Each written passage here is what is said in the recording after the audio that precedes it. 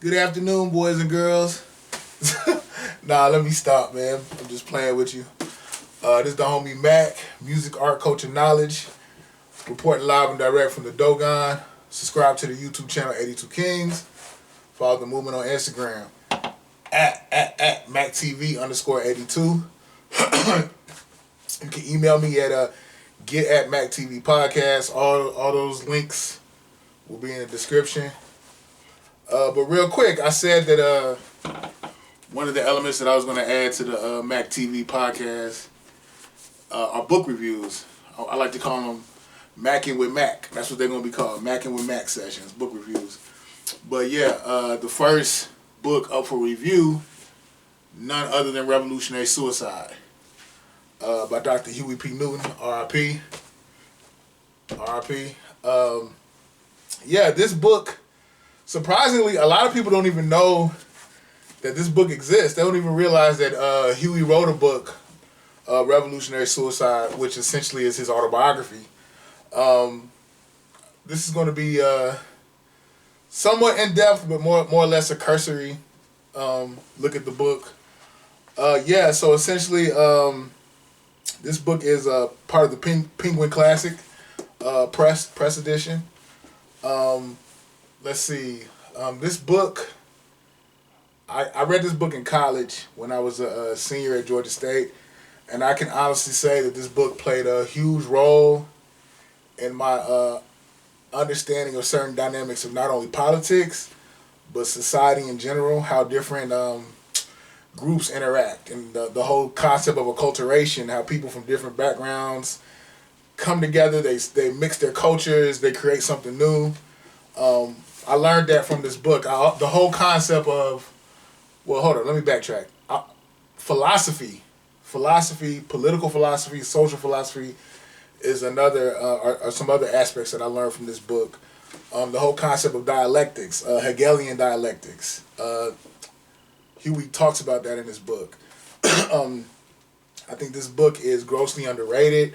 I think it has much merit. I think that this should be compulsory reading for not only students that want to understand, well, first of all, not even limited to the classroom, but just people in general that want to understand the dynamics of society, how politics impact our day-to-day realities, how the quote-unquote system works, both domestically and globally.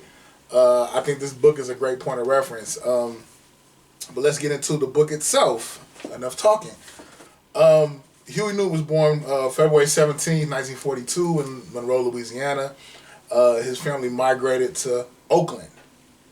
In this book, he talks a bit about his early life, how he graduated from high school, functionally illiterate. He actually speaks on his criminal past, how he was engaged in flocking.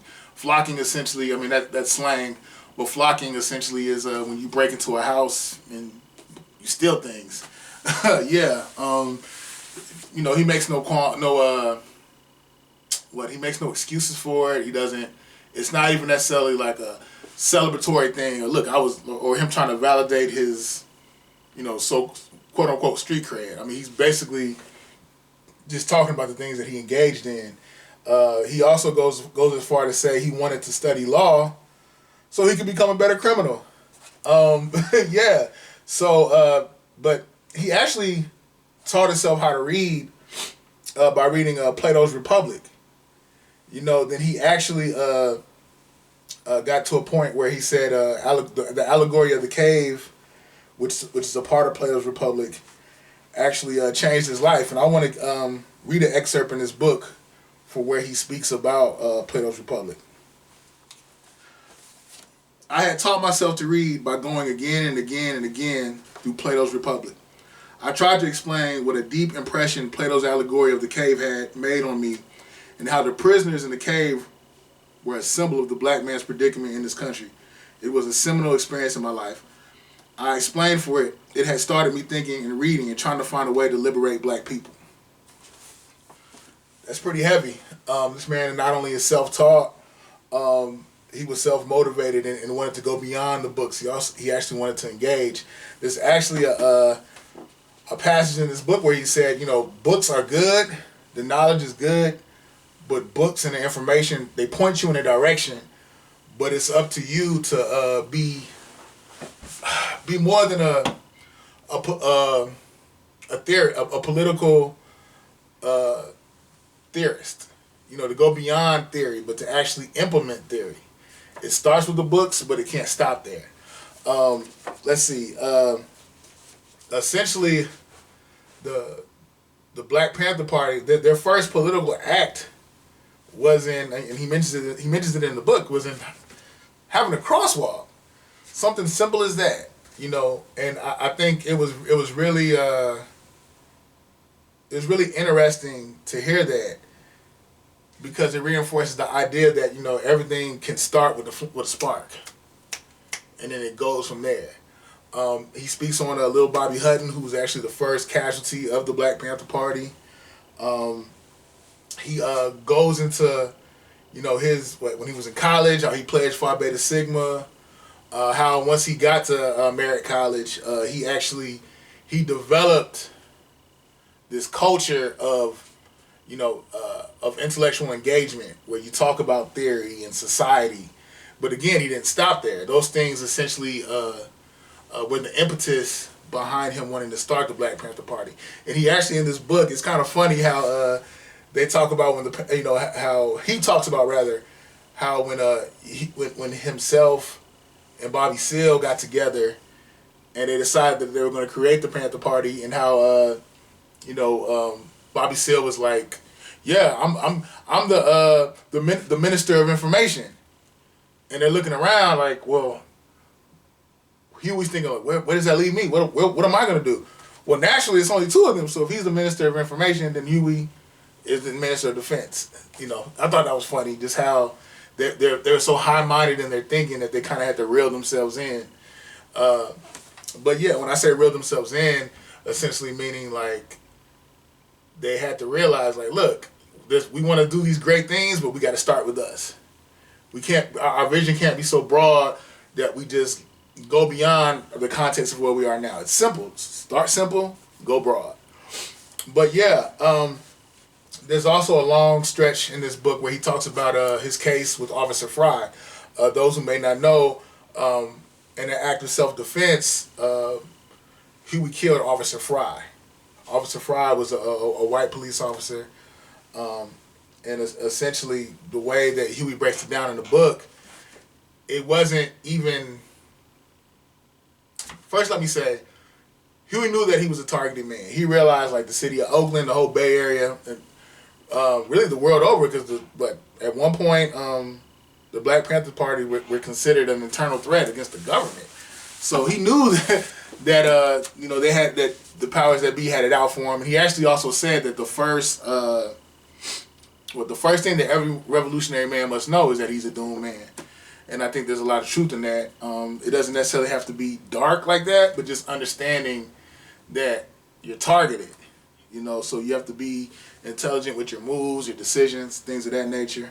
But the whole concept of the Free Huey Now campaign, that came from the situation with Officer Frey. He beat the case. He regained his freedom. It was considered an act of self-defense.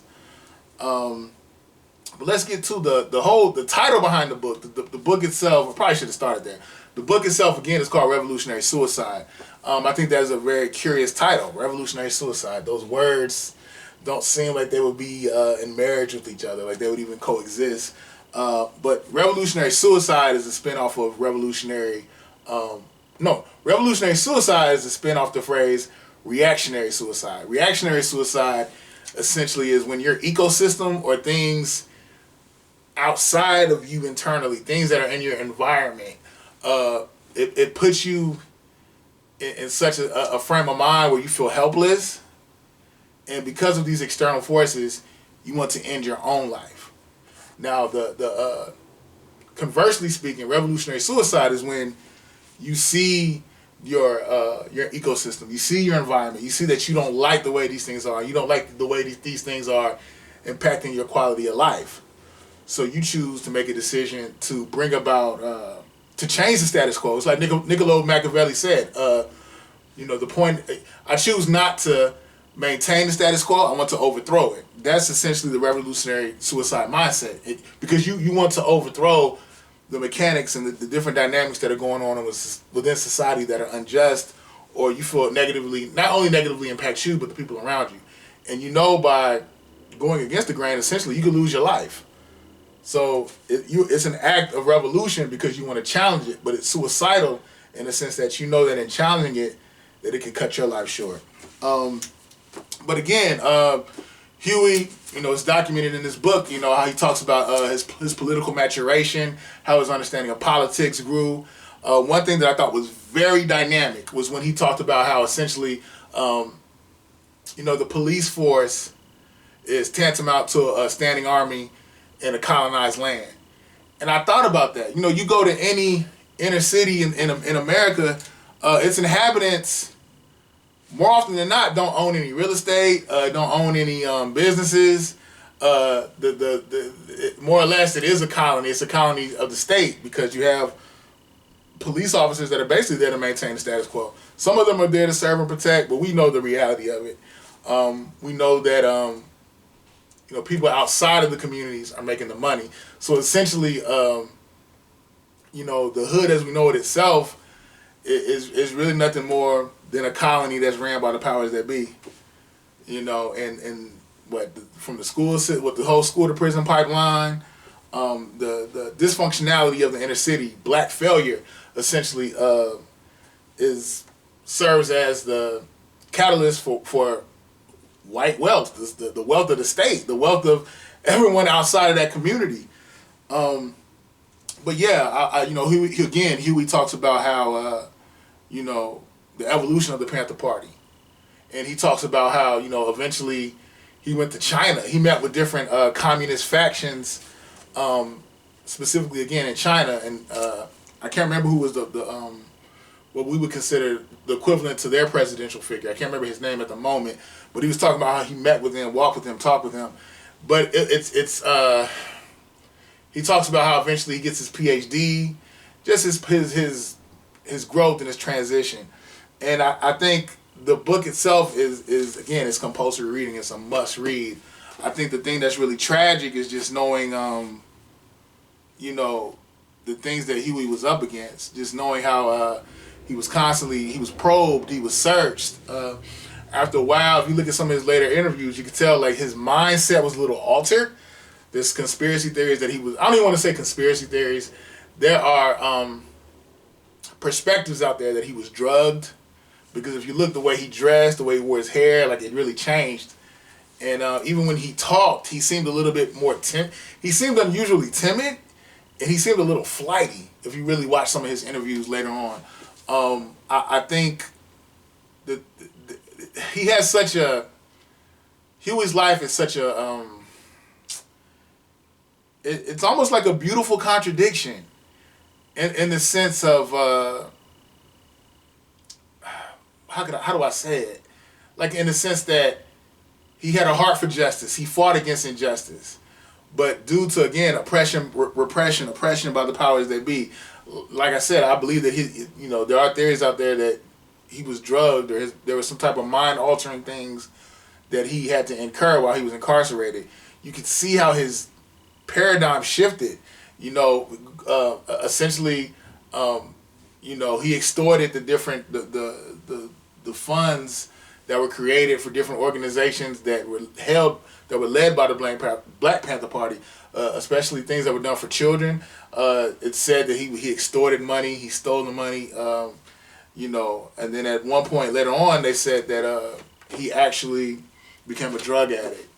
And at another point, there was a interview with Bobby Seale where essentially he says Huey told him that he wanted to become a part of the drug market in Oakland.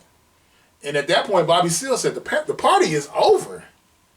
Like, we not only are you trying to be a capitalist, you're trying to be an outlaw capitalist. And, I can't, there's just a whole cornucopia of things that I learned from Huey, things that I saw in his book, and it just really breaks my heart because I know they said at one point he actually, not in the book, but in different people I've met from Oakland different interviews, conversations that I've overheard or had directly with people, they said that at one point Huey actually had beef with Felix Mitchell. And we all know Felix Mitchell is essentially what the Big Meech before Big Meech was a big time dope dealer. He ended up dying in Leavenworth prison, and everybody knows that Felix Mitchell had this grand production for his funeral that just stretched throughout all Oakland. They had horse and carriages and whatnot. But the main thing, one thing that I learned from this book was the concept of illegitimate capitalism. Basically, that's something that Huey said, illegitimate capitalism, which essentially says that the things that go on in the quote-unquote legal world, the things that go on in the underworld pretty much had the same premise. The only thing about it is it's not legal. So it is capitalism, but it's not legitimately recognized by the square world or the quote-unquote up-and-up world or the legal world, you know, but it's the same premise. So there's a hypocrisy and a contradiction and all the things that are pretty much going on. But yeah, this book again played a huge part of my political social maturation. I just think this book itself again it's a must read. Anybody who's not only serious about wanting to learn more about the Panthers or the Black experience, but just wants to learn about life in general. I mean, this book is, in my mind, a sociologist's dream. I'll put a link to where you can purchase this book in the description box. Yeah, Revolutionary Suicide by Dr. Huey P.Newton. Peace and love. Like, share, comment, subscribe. YouTube channel 82 Kings. Follow me on Instagram at MACKTV_82. I'm out. Peace.